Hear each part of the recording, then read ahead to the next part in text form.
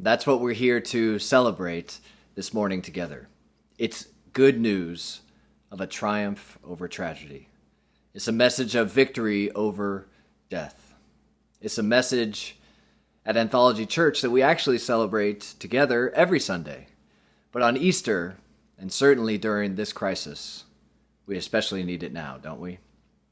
Well, we're going to jump right in together this morning. At Anthology, we try to give you every week one key takeaway from the main message and from the scripture we're studying, so that when you leave our gathering, whether it's digital or whether in person, and you ask, what was that whole thing all about this morning? You can have something to easily turn to. It's printed on the back of our bulletins, which we have put a link to in the chat. If you click on that on your computer or swipe to find the More button on your phone.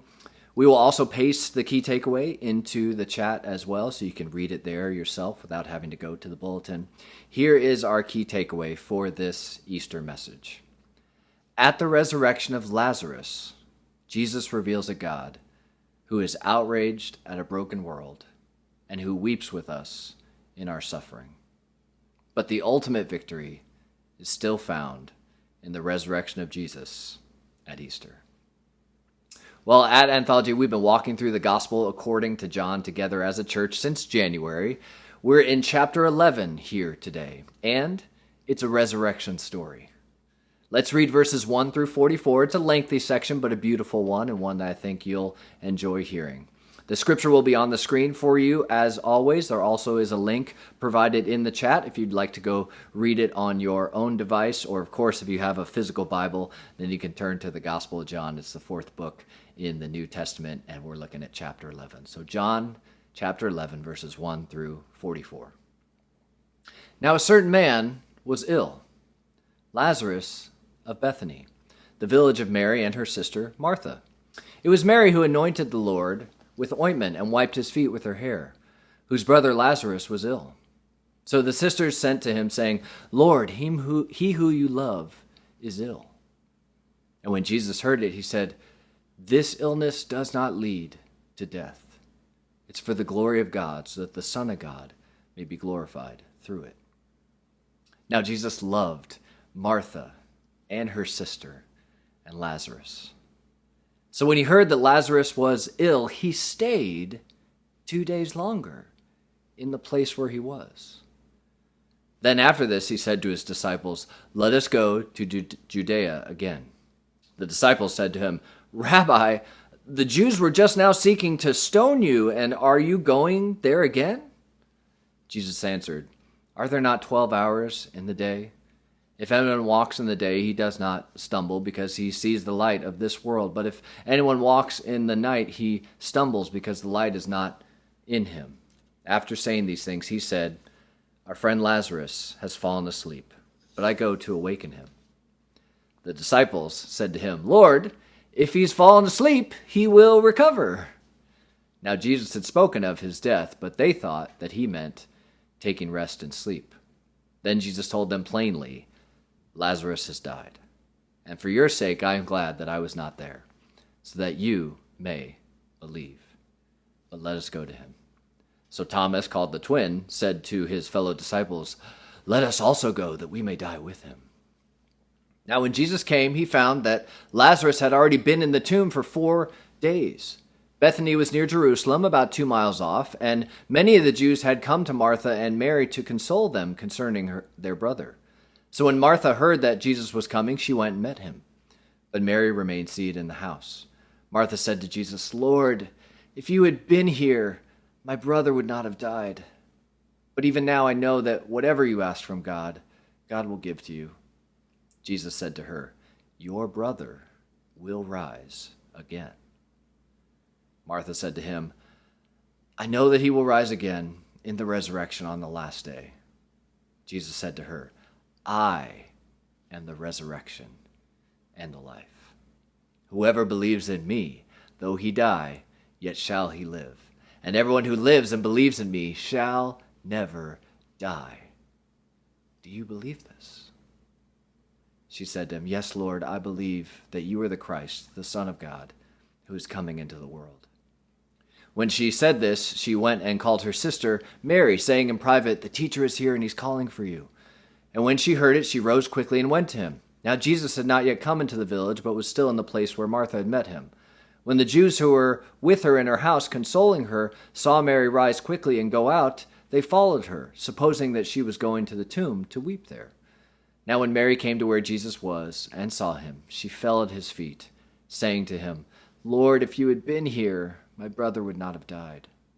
When Jesus saw her weeping, and the Jews who had come with her also weeping, he was deeply moved in his spirit and greatly troubled. And he said, "Where have you laid him?" They said to him, "Lord, come and see." Jesus wept. So the Jews said, "See how he loved him." But some of them said, "Could not he who opened the eyes of the blind man also have kept this man from dying?" Then Jesus, deeply moved again, came to the tomb. It was a cave, and a stone lay against it. Jesus said, "Take away the stone." Martha, the sister of the dead man, said to him, "Lord, by this time there will be an odor, for he has been dead for 4 days." Jesus said to her, "Did I not tell you that if you believed, you would see the glory of God?" So they took away the stone. And Jesus lifted up his eyes and said, "Father, I thank you that you have heard me. I knew that you always hear me, but I said this on account of the people standing around, that they may believe that you sent me." When he had said these things, he cried out with a loud voice, "Lazarus, come out!" The man who had died came out, his hands and feet bound with linen strips, and his face wrapped with a cloth. Jesus said, "Unbind him and let him go." This is the word of the Lord. Well, as you all know, this is an Easter unlike any other in our lives before, right?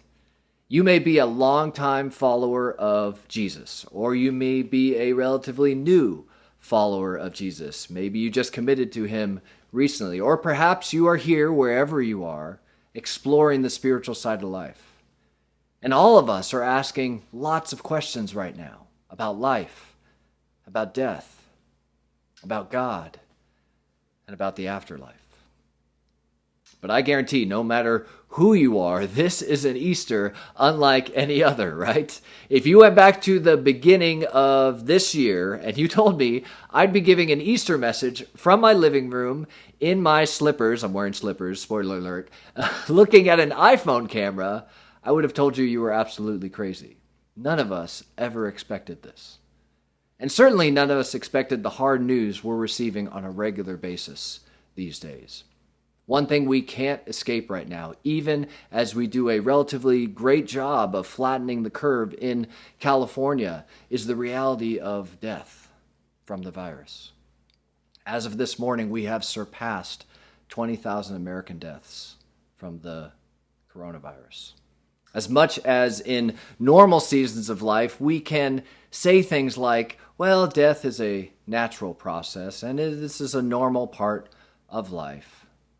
Somehow I think we all know now, we all feel right now inside of us what the Bible actually makes really plain again and again and again. That death is no friend of us. Death is an enemy. It's a robber. It's a destroyer. It's part of the curse that we are under. It's not to be celebrated in the least. It's to be despised and rejected because of the destruction that it brings. But we cannot conquer it. One of the most humbling things about this crisis is that something so small, something so invisible has literally brought the world to our knees. It has affected everything. And the deaths, of course, are the worst part of that. I actually thought the president of Ghana said it best when he was calling his people to practice social distancing. He said, "We know how to bring economies back from the dead, but we don't know how to bring people back from the dead. Death is an enemy to us all. But Easter is a message of hope. Easter is a message of victory. How? Because there is finally one who has defeated death. There is one who has struck down this enemy and dealt the final blow to it. The victory is won. But the fulfillment of that victory is not yet fully here. The story of Jesus raising Lazarus today is a foretaste, a foreshadow of that final victory and that defeat of this great enemy of death. Look with me today at that story. As we enter chapter 11 today, Jesus is in the final weeks of his earthly ministry. The story preceding this ends with the religious leaders trying to kill Jesus. And the events in this chapter are actually the final straw that leads to Jesus' crucifixion. John, our author, introduces us to the main drama in the very first verses. He tells us there's a man named Lazarus who is very sick. Lazarus is the brother of Mary and Martha. John gives us a note about who this family is. Mary is the one who, a chapter after this, in chapter 12, will anoint Jesus' feet with expensive perfume, effectively preparing him for burial in advance of the crucifixion. Another story about Mary and Martha is also very famous, appears in the Gospel of Luke in chapter 10 about Martha and Mary and their relative lack of busyness and busyness on one end. You may be familiar with that story. But from verse 3 of this story, we get more evidence that this was a very dear family to Jesus personally. Mary and Martha send a message to Jesus that their brother Lazarus is very, very sick. By the way, they phrase it here, Lord, he whom you love is ill. Again and again throughout this story, John, the author, emphasizes to us how dear and how loved this family is personally to Jesus.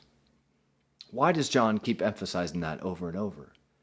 Because some of what Jesus is about to do looks really unloving on the surface if you don't understand the plan of God behind it.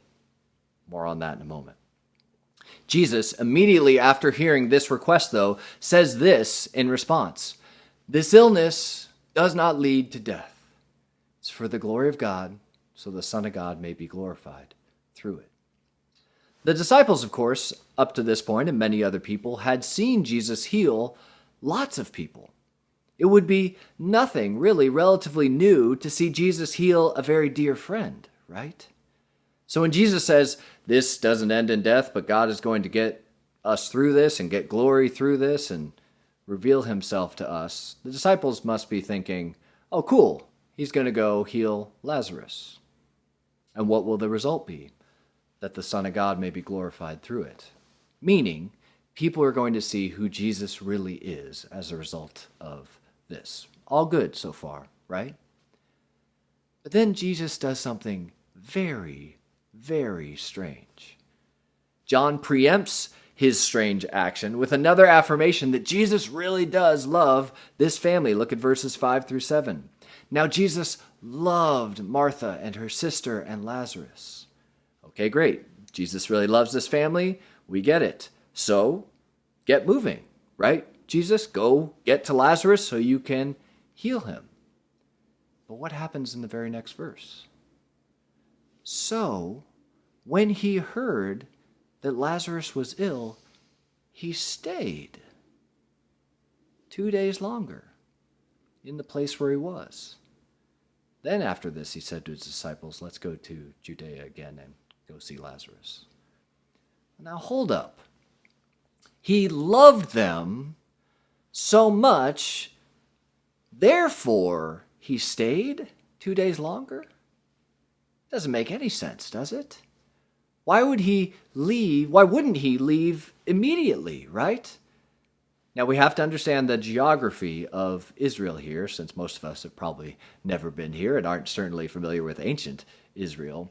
We learn later that Jesus was a full day's journey away somewhere in the northeast of Israel.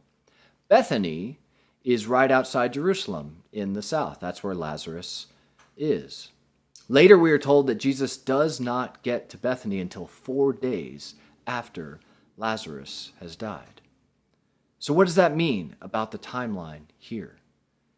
It means that Lazarus must have died shortly after the original messenger left to go tell Jesus. That messenger took 1 day's journey to get the message to Jesus. Jesus then supernaturally already knew when he said, "This illness does not lead to death," that Lazarus had actually already died. Remember, there were no cell phones, no text messages to let the messenger know, hey, tell Jesus he already passed away. So they had to wait for the messenger to go and then come back, which would have been a complete 2-day journey.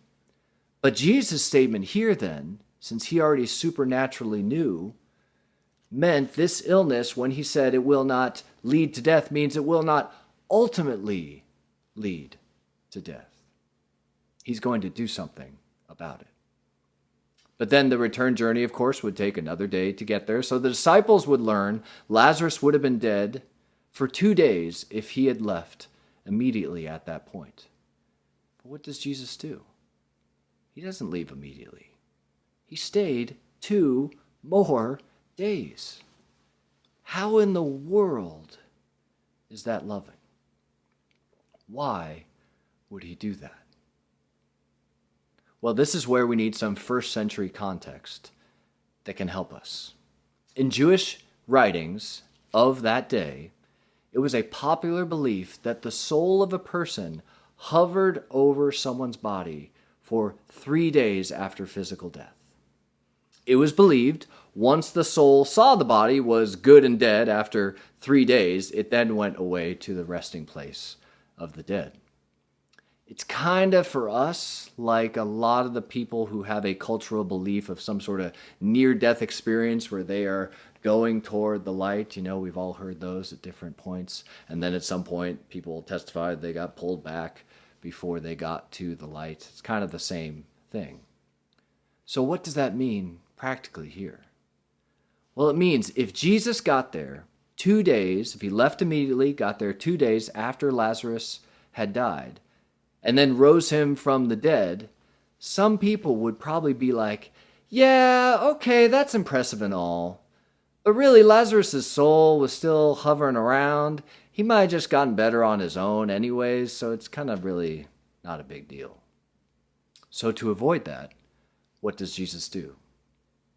Now, Jesus loved Martha and her sister and Lazarus. So when he heard Lazarus was ill, he stayed 2 days longer in the place where he was.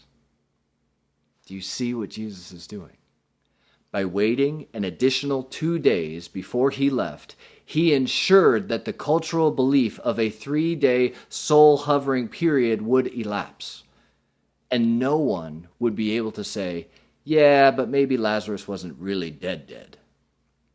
We could paraphrase these verses here and say this. Now, Jesus really loved Martha and her sister and Lazarus so much. So when he heard that Lazarus was ill, he stayed 2 days longer in the place where he was and ensured Lazarus was really dead. On the surface, that does not look loving, does it? Why not stop the suffering immediately? Why not alleviate Mary and Martha's grief the moment he learns supernaturally of Lazarus' death? How can John here assure us Jesus really did love this family so much when he acts like this? This is so important for our moment, right? When we are experiencing really hard times and really hard suffering. And we're asking, why is this not changing in this moment?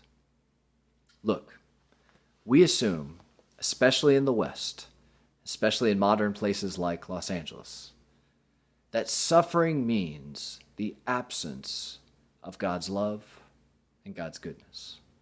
Suffering means God must not really be here. So a lot of people conclude if they're going through hard things, there must not be a God at all. We often assume the evidence of suffering means there can't be any greater plan being worked out by God that will end in greater good. But the scriptures tell us a very different story. Jesus tells us a very different story. In the midst of suffering, in the midst of death, in the midst of a global pandemic, God is still working. And he's working out a greater purpose. He stayed 2 days longer. Looks unloving on the surface, but was enabling more people to believe in Jesus and have sin and Satan and death ultimately defeated in the final victory. It doesn't necessarily make the suffering we are currently going through any less difficult, but it sure helps us get through it. That's part of what we are being taught here. There is purpose for good, even in the crisis. Well, as the story moves along, it gets even more dramatic. And when Jesus tells his disciples he's going now to head towards Bethany and Jerusalem, they are indignant because that's the place that the religious leaders just tried to kill Jesus in the chapter before this. But Jesus won't be deterred. He's on a mission. Look at verse 11, what he tells them. Our friend Lazarus has fallen asleep, guys, but I go to awaken him. Well, like a lot of times in the Gospels, and especially in the Gospel of John, they don't get it. They still think Lazarus is just sick. Of course, he hasn't died. Notice again, Jesus already has supernatural knowledge that Lazarus is dead. I love Jesus then here. Essentially goes, okay, fine. I won't speak poetically anymore. Let me lay it out really bluntly for you guys. Verse 14, Jesus told them plainly, Lazarus has died. And for your sake, I'm glad that I was not there, so that you may believe. But let us go to him.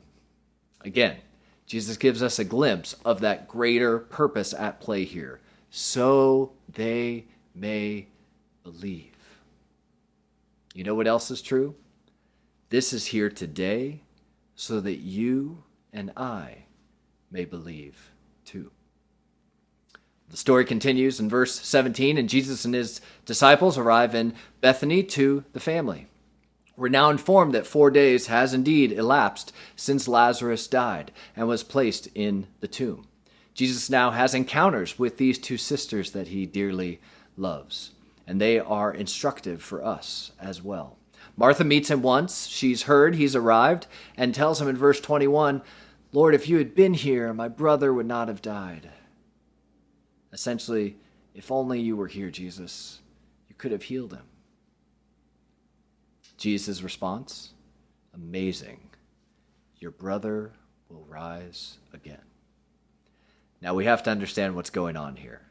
The common Jewish religious belief at the time, based on the Jewish scriptures, what Christians call the Old Testament, is that there will be a final resurrection of all those who hope and trust in God. Those people will reign with God in a new forever kingdom one day that will be fully safe and fully secure for God's people.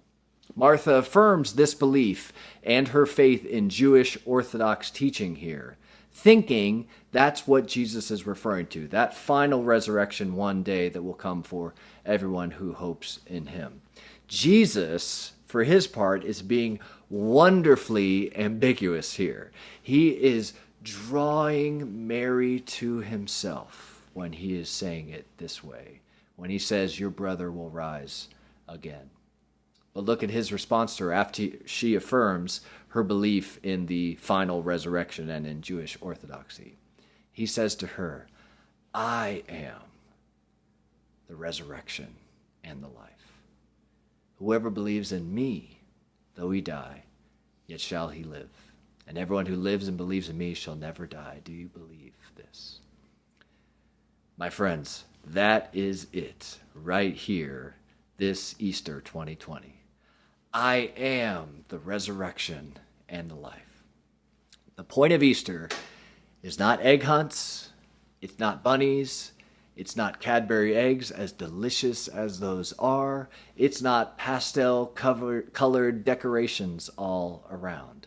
The point of Easter is not even some amorphous hope and good feelings. The point of Easter is Jesus. He is the resurrection and the life. Whoever believes in him, though he or she dies in this life, whether by natural causes, whether by old age, whether by cancer, or whether by COVID-19, they will live. And everyone who lives and believes in Jesus will never die.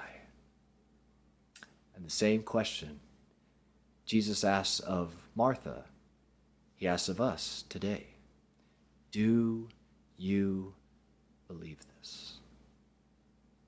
Her answer is instructive for us as well. Even though she doesn't know the half of what she says, we'll see later how that becomes true. But she says, yes, Lord. I believe that you're the Christ, the Son of God, who's coming into the world. The encounter Jesus has next with Mary is informative for us as well and tells us something deeply important about this God who Jesus is revealing, this God who Jesus actually is. Mary says the same thing to Jesus that Martha does. Essentially, Jesus, if you had just been here, Lazarus wouldn't have died. There's also a large crowd of mourners, we are told, following Mary when she says this, crying out loudly. Some of them were professional mourners. In the first century, Jews customarily were required to hire professional mourners to cry out and wail during the mourning period. And this family apparently has a good amount of money, so there are lots of mourners that have been hired. Jesus, though, sees how Mary is emotionally distraught. And he sees the professional mourners crying out. And notice his interesting reaction. When Jesus saw her weeping and the Jews who had come with her also weeping, he was deeply moved in his spirit and greatly troubled. Now the words our version here translates as deeply moved sound in English as if Jesus is probably really saddened and really himself distraught by what he is observing. But in every other instance, that phrase in Greek is used. It refers to anger or outrage or rebuke. It's used again in verse 38 after the people say, "Could not he who opened the eyes of the blind man also have kept this man from dying?" What is going on here? Listen, this is important.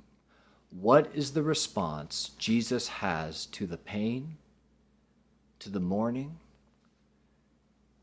that suffering brings into our lives? What is his response to the enemy of death? And what is his response when people act in unbelief, as if there is no God who is working things out for our good and bringing triumph out of tragedy? He gets angry. He is outraged. He does not sit complacently by as if he's above it all and just going home. He sees the destruction of death in this crisis, and he is outraged. But he also sees the pride that many of us continue in. He sees we don't really humble ourselves even as we're going through this crisis. We don't cry out to him. He sees how we act as if he's not really there. And he's equally outraged by that. Jesus is not indifferent to sin and suffering and death. But at the same time, look at what else we see. Jesus tells Mary to take him to the tomb. And as he's going with them, look at verse 35. Jesus wept. Listen, Jesus is outraged by death and sin and suffering, but he also weeps. God is not indifferent to the suffering we are going through. He weeps with us. He mourns with us. He is present with us in the suffering. This is extremely hard. We can't really conceive of a God who is both outraged at suffering and sin and evil on the one hand, yet also weeps with us in it. is near to us in the pain, understands with tears what we are going through. And yet, this is what we have in Jesus. This is the one who is offered to us this Easter. Well, we're quickly approaching the end here. The best news of Jesus is not that he reveals a God who is outraged at suffering and sin and death. It's not that he reveals a God who weeps with us in our suffering and in death. It's that he's going to do something about it, to defeat it. That's ultimately what Easter is all about, of course. Look at the authority of Jesus and how he speaks here. Verse 38. Then Jesus, deeply moved again, outraged and angry, came to the tomb. It was a cave. A stone lay against it, very similar to what would happen at the end of the gospel when Jesus himself is placed in such a tomb. Jesus says authoritatively, "Take away the stone." Martha, who had just confessed that Jesus is indeed the resurrection and the life, the Christ, the one God has sent, and she believes, still doesn't quite get it, right? She tells Jesus, Jesus, this is really awkward, but it's going to smell really badly in there. It's been 4 days since Lazarus passed away. I don't really know if you know what you're doing right now. Jesus' response to her, "Did I not tell you that if you believed, you'd see the glory of God? Didn't I tell you I was going to show up? Didn't I tell you I was going to show people who I am?" And this is what he tells us today on Easter. I am here, Anthology Church. I am here, Studio City. I am here, Los Angeles. Did you forget who I am? Don't you know I'm going to show up? Do not turn to another for hope in this day of crisis. They roll away the stone eventually. Jesus then lifts his eyes and prays to his Father. He thanks the Father in an out loud voice so everyone can hear. Father, he essentially says, this is our time. Let's show them what we got. Let's help them believe in who I am and that you sent me. Jesus says, let's go. And he cries out into the dead inside the tomb with a loud voice and says, Lazarus, come out. One commentator observed if he hadn't specified Lazarus, every person out of every tomb might have arisen that day. That's the power Jesus had in this moment. What happens next is far more than a resurrection of just one man, though. It's a picture of what Jesus does for everyone who puts their trust in him, who says to him, yes, Jesus, I see you, the God who is outraged at suffering and sin, the God who weeps with us in our suffering through our crisis, and the God who has conquered death by going to the cross, the one who would look at the outrage of our sin and take it upon himself, the one who would look at the sadness of our world and let it fall on him completely on the cross at his execution. Yes, I see your sacrifice, Jesus. I see your resurrection at Easter. I see the ultimate victory that you won. I see that it wasn't me or my goodness or my worth which won the battle. It was you. I see you, Jesus, and I trust you. In the moment that happens in your heart, at any measure, with any words, spiritually, Jesus says, come alive, come out. Let's go. You are mine. It is all yours. All the victory, eternal life, the resurrection to come, the day and the world where there will be no more COVID-19 crisis, the day and the world where there will be no more financial instability, the day and the world when there will be no more tears, and the God who will forever be by your side. It is yours. And when he says that, we come alive like Lazarus. Jesus says, unbind her and let her go. Unbind him and let him go. You're free now. You're mine now. Look at the victory that I have won for you.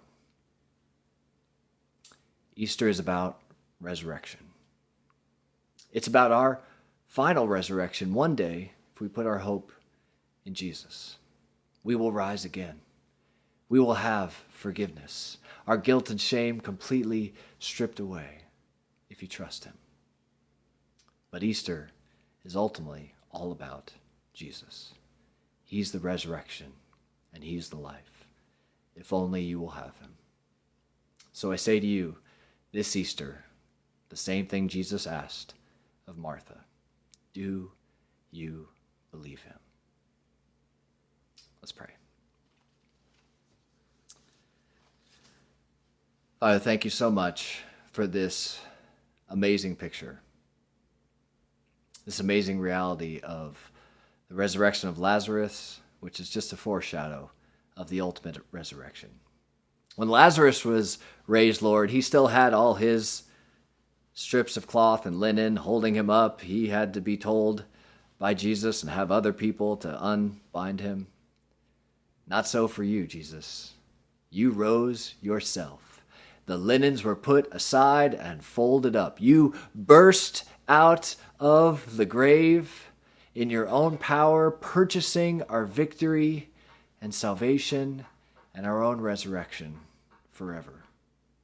Thank you, Jesus, for the work that you did. Thank you that it's not dependent on us, on our power, on our goodness, on our ability. God, this crisis has revealed we are not strong enough. We are not powerful enough to defeat the enemies that are before us. But Jesus, you are. And that's what your resurrection at Easter reveals to us. God, speak to all of us. Whether we are longtime followers of you, help us to put our trust in you more, to remember this good news more, to remember your power more, and may we be a blessing to others, even throughout social distancing and all this crisis, and love others as you have loved us. God, I pray for those who are here watching who are not followers of you. May they, for the first time, say, yes. Yes, Lord, I believe this. I receive this good news, and I put my trust in you. We pray these things in Jesus' name.